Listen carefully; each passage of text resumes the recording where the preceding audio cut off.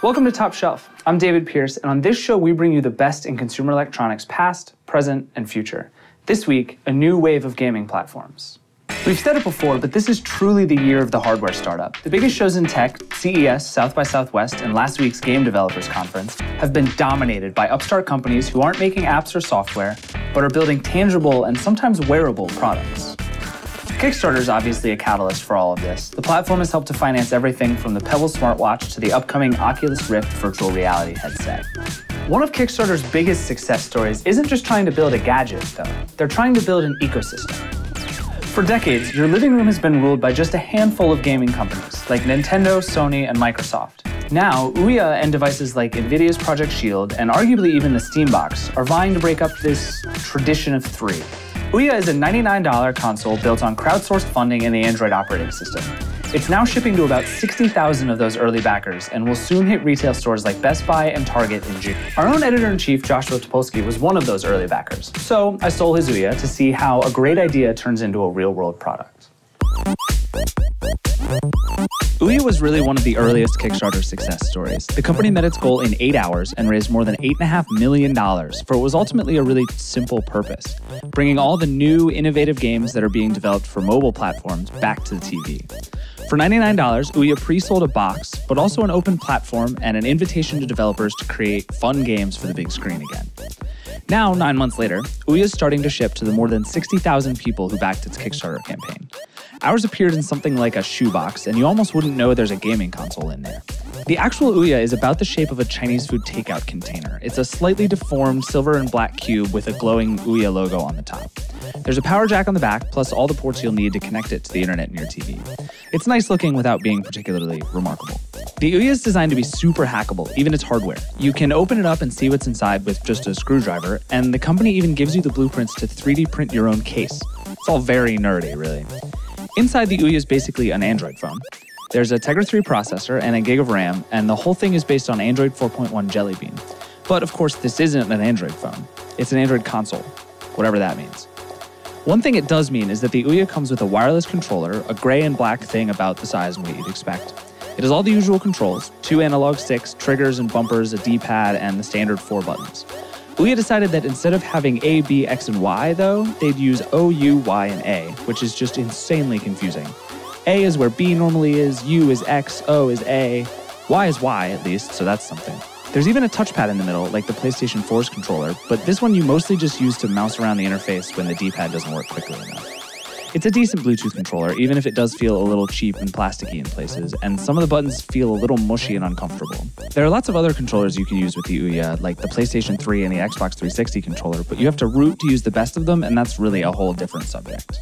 From a hardware perspective, the Ouya is a decent first effort. It's nice looking, pretty minimalist, and at least feels worth its $99 price tag. But let's be honest, none of that really matters. What matters is how it games. So, how does it game?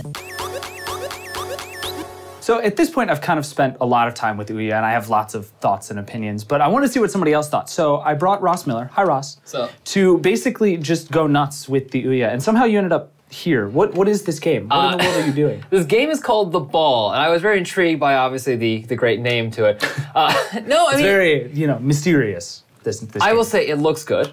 It does look good. I'm surprised. My favorite part of it, though, is like there's 3 buttons. There is push the ball, there is pull the ball, and then my favorite, there is look at the ball. Yes! Right there. You did it. I can get anywhere, I can do anything I want, and then I hit the Y button, and then look at the ball! I'm so excited about this. It's fine. It's one of those kind of like puzzle games. It's not a big deal. It does show that the Ouya is capable of a pretty decent 3D game. And yeah. So this is the weird shtick of this thing to me, and tell me if you've seen the same thing. They have a bunch of games, I think it's like 100 games or something right now, and most of them you've poked around a little bit, most of them are super basic, right? They're not only ports of Android games, but ports of like really simple, really low-end Android games. I mean, that's the thing, like this is launching with a pretty sizable like number of games, but it's not quantity, it's quality. There's something I would say that really stands out. Right, their flagship game is Final Fantasy III, which was a cool game 25 years ago. It's that, or it's Cannibals, which is just a fun little game to run around with. Right. Which is also like it's a fun game. That's not bad. I mean, the Xbox 360 flagship game you could argue with was Galaxy War. It was simple, it was colorful, people had a good time playing it. And Cannibal is the same way. That being said, we've played Final Fantasy 3 before. We've played Cannonball before. I mean, it's interesting that it's here, but we're still at the point where like it feels kind of like a glorified tech demo in hardware. Right, and so this was the weird thing to me as I've been playing through it, and we've just been messing around sideloading games, and so Ouya has their own separate store. They have a whole different way for bringing apps into their ecosystem. They're enforcing it. You have to have free apps. You can't charge people for downloads. So they don't have Google Play, but they're constantly upselling you. And let's not forget, I was playing with this earlier, and I bought the full version of Cannonball. I don't know how much I just charged. I still don't. I got an email receipt a minute ago, and I still don't know how much it, like, I'm terrified to look at how much it costs. $20 game. Thousands and thousands of dollars. No, I mean, like, but like, it's unfortunate. It's not clear. This menu system is unfortunately vague. So there are a couple of different ways to get games on, right? So there's the way Ouya wants you to do it, or the easiest way on Ouya, which is their store. They have kind of a discover way, and they have a neat way of actually bringing up interesting games that makes it so that they're doing it by engagement. So like if a lot of people play a game, it rises up and more people get access to it. But they have this big thing about being hacker friendly, which is sort of true. You can like open up the box here and get inside. This is basically just like a smartphone inside here. So you can get in and hack around and play around with it. Yeah, it's nice. Yeah. But you can also, they have emulators which let you play, Super Nintendo games and N64 games. And the emulators themselves actually come in the store. So you can really easily download a bunch of ROMs and throw them on a USB stick and stick it in here. That's awesome. Yeah, but then where this would be really, really cool is if you could actually play like these really great games that are on Android. Android has all these cool games like Shadowgun, which we're playing right now. Right. And you just can't play them on here. Like we figured out a way to sideload them, but it involved, we had to go and download a file browser, and then we like stumbled into it after hours of looking. Right. And then you have to use AirDroid. And but the other thing is too, like it doesn't always work too. Like we've tried Shadowgun, it doesn't work every single time you pick it up. Right. Netflix seemed to have a few issues too. Yeah. I mean, it's an open platform, but it's also not a supported open platform, it seems. Well, right, and all of these things like Shadowgun, I've paid for Shadowgun like 40 or 50 times, but to do it now is you're either conning Google out of a licensing fee by going and get the Play Store and doing it that way. Right. Or you're illegally, essentially pirating these apps. And the thing that kills me is like there's no good reason I can't just get Shadowgun. No. On this device. I would gladly pay for it. I want to play it on my TV. It looks great on the TV, but it's just not there. And like I don't know how Ouya gets there. And what does it take? Here's the thing that's super interesting about Android. It's a platform, but it's a platform with other ecosystems on top of it. There's a Google Play Store, and it is always like people complain and criticize it for being almost too open. Like you don't know what to get. Sure. It's a giant wealth of apps. And then you have these people who are building stores on top of it. Amazon, most famously, Tegrazone, if you have a compatible device. Ouya itself, which this is, by the way. This is, yes. And Ouya is another app ecosystem. The idea is to curate. I guess that's kind of why like they have people voting these games up. We want to show the best, and we want to curate to this audience. It's almost a platform within a platform. Sure, and we've seen there are a lot of different people trying to create these different platforms. But for Ouya, like, can this work? Like, what does it take for them to get to the point where, can they get around having the Play Store and still be successful selling me a $100 game console? Like, do they have to go get everything else? Because that seems a lot harder than I could buy an Android phone and plug it into my TV and that would work great. Like, what's the, why? I mean, an Android phone, like, who is going to do that? Who is going to grab their Android phone and think, great, I can put 3 wires into it and I'll have a decent experience and it feels a little tethered. I'm like the Matrix dude. No, that's a bad example. No, but I mean, this is like, it's sold to consumers as sit down, play some games, enjoy yourself. It's only $100. The problem is, you can get an Xbox for like maybe $200, even a much better array of games. Right. It's not as small. I mean, this is adorable, but like, you're basically selling a dream. And the first 60,000 people who've gotten this, the Kickstarter these Kickstarter backers, this is the dream realized. This is not one of the normal console makers. They're trying something new, they're breaking out, and it feels open. The problem is... But that's the thing, I'm not convinced this is the dream being realized. Like, if this were the dev kit, if Ouya was sending this out to all of the people who wanted to develop apps for it and being like, here's some great games, it works, mess around, figure it out, and we're gonna launch with tons more apps and more games and more stuff you can do, like that would be great. But people who, like this is Josh Topolsky's, he bought this. He backed them on Kickstarter and got this. Josh, as far as I know, doesn't want to build a game, he wants to play games. And right now, without a ton of work. He clearly has a lot of time on his hands. It's a fair point. But he just wants to play games. And for right now, this isn't a good gaming platform. It's a fun way to like mess around and it's easier to root and get inside. But like my dad is not going to want to do that. He just wants to sit down and play, I don't know, maybe my dad's into Shadowgun. But he can't. But he can't, right. And so like I guess hopefully they get there, maybe. Eventually, over time, but I feel like if I'm one of the 60,000 people who already bought one of these, I'm just now sort of crossing my fingers that my $100 eventually becomes worth it, even though like I have a thing, but it doesn't seem like it's worth it. Here's the thing that bothers me the most. There are two people we need to worry about. The people who bought the dream, who know it's a Kickstarter thing, and it's not going to be fully realized. Like you buy a Pebble smartwatch early, you've got it. It doesn't do everything it was promised, but you had something, and you get to like feel like you're a part of something. You did it. This is a developer kit. If you're making stuff, like you're going to have a good time with this. If you're playing, you're getting the Portal experience, like you're just going to the Ouya portal, you're getting these games. It's not much there. We have a lot of support, but we've yet to see it realized, and that's the problem. And this is coming to retail, early June? June 4th, yeah. Yeah, so I hope there's a lot more there to see, because I hope so too. It's not going to be a good first impression if you come out of the box and you get a free version of Cannibal that charges you God knows what to play the second level or whatever. I may owe them my life now. It's possible. I don't have a home anymore. That's the thing. So I mean, it's a great idea. I'm happy it's open, but this isn't the dream realized. Yeah, and it does feel like the beginning across the whole thing. Like this interface here is sort of nice, but there's some messy stuff, and even like little animations are really clunky, which just doesn't work at all. I do like that we have this controller, which I actually kind of like in some ways. It's not bad. It has a front touchpad. It's very like, hello PS4. As you do. Right, it's basically, and it's sort of hilarious because it's like, you, for the most part, can use the controller, and then every once in a while, it just breaks down and doesn't work anymore, and then you're like, oh, well, you have a trackpad, just use that. And again, if you are a nerd, if you like this kind of stuff, you're going to enjoy this. Right, but this is going to be in Best Buy for $100 in June, and they have a long way to go before I'd tell you in June to buy it for even at $100. Right. I don't know, maybe that's just me. But again, it's open, it's great, but I mean, like, it's again, like, there's no Netflix, there's no Minecraft or whatever. I mean, well, so Minecraft is actually kind of a great example of all this, right? Minecraft is both an app that something like Ouya really needs. Like, I would imagine there are a lot of people. Whatever. I don't even. It's fine. Don't mind me. So Minecraft is something like on Ouya. If this were $100 and it were a great Minecraft machine for your TV, people would buy that. That would be exciting. And if it were the same for a lot of other games, but they have it's called the Xbox. Well, yeah, fair. And Minecraft is also kind of this platform that has built a whole world on top of itself, right? Like it started as a game, and it became this thing that people build houses on, and they build their own games on, and they do all kinds of stuff. You can't break things like that in Minecraft, though. So it's yes, you can. Yeah, that's true. Anyway, though, but I mean, is it fair to say that that's kind of what somebody like Ouya should be looking to as like how do we build a real community around this and make it a viable company? I don't know what the answer is. Like I don't like it's almost a paradox. We want open, like so we can do whatever we want with it, but we also want curated so we know what's good.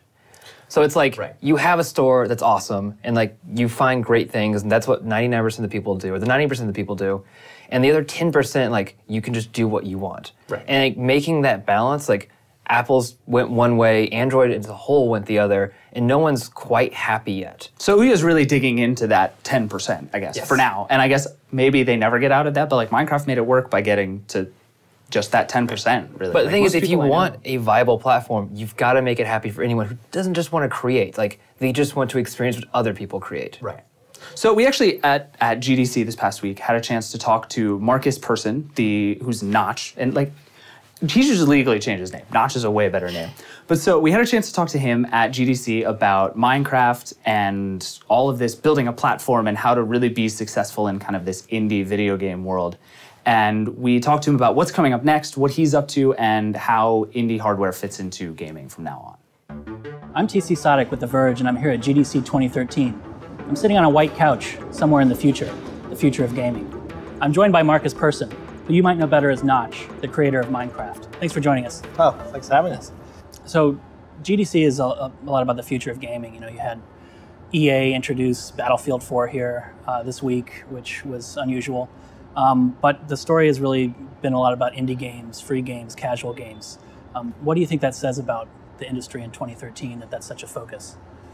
I think to me it gives me hope for the future, because kind of gaming goes in trends, and for a bit of a too long stretch, there was a focus on huge productions of kind of play once games that you only played one time, and they had huge budgets. And now that games are getting a little bit smaller again, I think we can get some more experimental games going. You got Minecraft on the Xbox 360, which was kind of a feat. Do you think Minecraft would have existed at all if you had tried to go directly to console from the beginning? No, definitely not. It's the game was kind of too out there to be kind of for anyone to ever like bet on like that. Obviously, Xbox, PlayStation, Nintendo aren't the only platforms coming out. Ouya, for example, which you're going to have your name etched on when it comes out, is getting a lot of momentum. Why did you back that project? Basically, because I think the more consoles, the better. Because if there's more competition, then it might get more open. It seems like consoles are getting more open, which is really cool. And yeah, you've been kind of a big presence on Kickstarter, funding big projects. What do you think about Kickstarter in terms of the future of game development? Do you think the industry is going to shift towards that kind of model being the primary way that games get funded and developed? I kind of hope not, because it's very front-loaded. The consumers take all the risk, which is not really nice to consumers. I think the main benefits is that smaller studios that want to do something slightly larger can get some initial funding, and that we can have larger studios develop games internally without having to get publisher money, so they can focus more on the actual quality of the game. So it's more directly to the fans of the genre. Minecraft obviously started on the PC, and you've made some disparaging comments about where Windows is headed, Windows 8 in particular, and infamously you refused to certify Minecraft for Windows 8. So what do you think about Valve's Steambox and kind of the push towards Linux as a gaming operating system? I have like this yearly ritual kind of where I will try to install Linux and try to use it. It never really takes and it never really works for me for some reason. I think if Linux gets to the point where it's actually like more consumer friendly than Windows, then that would be really, really good. Are you going to continue to develop for Windows then in the meantime and not focus on Linux at all, or are you going to try to do things in parallel? I think we're going to try to make sure that what we do is kind of cross-platform. So the kind of desktop version is like Linux, Windows, and Mac. There's also a lot of excitement, beyond consoles about new ways of interacting with games, new peripherals. We have Leap Motion coming out. We have new virtual reality stuff. Gabe Newell has talked a lot about biometric feedback. And what are you, as a developer, most excited about? What do you want to get your hands on? For me right now, it's the Oculus Rift, definitely. It's I kind of was one of those kids growing up hoping that VR would become a thing.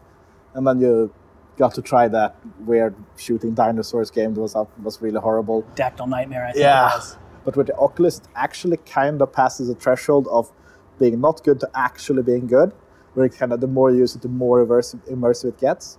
And you were one of the first to receive an early kit, right? Yeah. So you've been playing around with it a lot. Yeah. Does that mean Minecraft is coming to the Rift soon, or? That's up to Jens. I try to leave those decisions to him. But I have been trying to play around with adding Oculus Rift support to the Java native library we use. But I've kind of been too lazy to actually do the actual heavy lifting of it. But it's kind of my pet project in the office at the moment. Mojang is big now. Minecraft is huge. Do you still feel like an indie developer? No, not in that sense. It depends on what you mean by indie developer. I mean, we are independently owned, and we try to make the games we want to make for the sake of making fun games and not necessarily just to make a profit. But for me, indie game developer more means like the garage developer, someone sitting at home just making games out of pure passion. And in that sense, no, we're not really indie. So garage developers that are working now, I mean, knowing what you know, what would you tell them if they're starting out today? If they're making the next Minecraft from their bedroom? I think it's just make games for yourself and try to have a critical eye to what you do. So don't just make something and kind of pat yourself on the back, but actually try to look at what it is and how it works and why it doesn't work and what works, and try to iterate on that. But if you yourself genuinely like the game, then there's going to be other people who like it as well. Thank you so much, Marcus. Thank you. That's our show. Thanks so much for watching. Thanks to TC Sadik, Notch, and Ross Miller for being here. For lots more on Ouya and the whole new indie gaming phenomenon, be sure and check out theverge.com. Thank you so much for watching. We'll see you next week.